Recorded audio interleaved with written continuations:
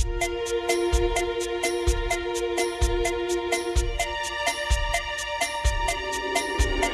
true friend helps a friend in need. A friend will be there to help you see.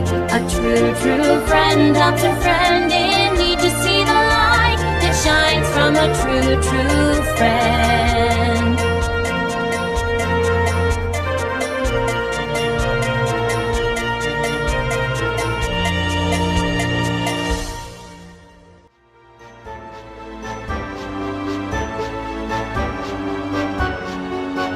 Thomas the Tank Engine has worked his branch line for many years and knows it very well.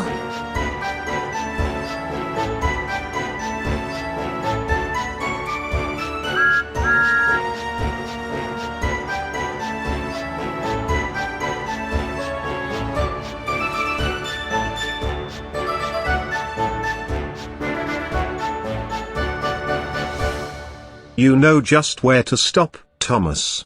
You could almost manage it without me. Thomas had become conceited.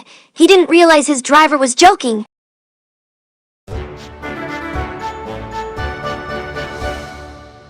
Driver says I don't need him now. Don't be so daft. I'd never go without my driver, otherwise I'd be frightened. Pooh? I'm not scared. You'd never dare. I would then. You'll see. The next morning, the firelighter came. Thomas drowsed comfortably as the warmth spread into his boiler. Percy and Toby were still asleep. Thomas suddenly remembered. Silly stick in the muds. I'll show them. Driver said I can manage without him. I'll just go out and then I'll stop and whoosh. That'll make them jump. Thomas thought he was being clever, but really he was only moving because a careless cleaner had meddled with his controls. He soon found his mistake. He tried to whoosh, but he couldn't. He tried to stop, but he couldn't. He just kept rolling along. He didn't dare look at what was coming next. There was the station master's house. The station master was about to have breakfast. Horrors. The house rocked, broken glass tinkled, plaster was everywhere. Thomas had collected a bush on his travels. He peered into the room through its leaves. He couldn't speak. The station master was furious. His wife picked up her plate. You miserable engine. Just look what you've done to our breakfast.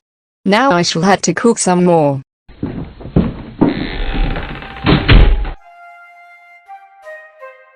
Workmen propped up the house with strong poles and laid rails through the garden.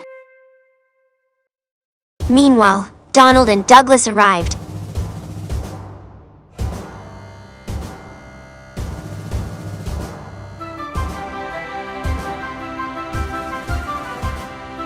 Dinner fast yourself, Thomas. We'll soon have you back on the rails.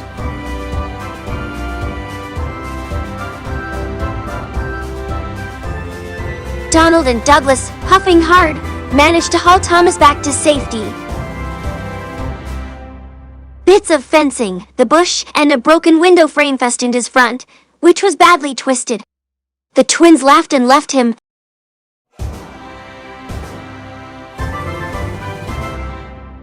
Thomas was in disgrace, and there was worse to come.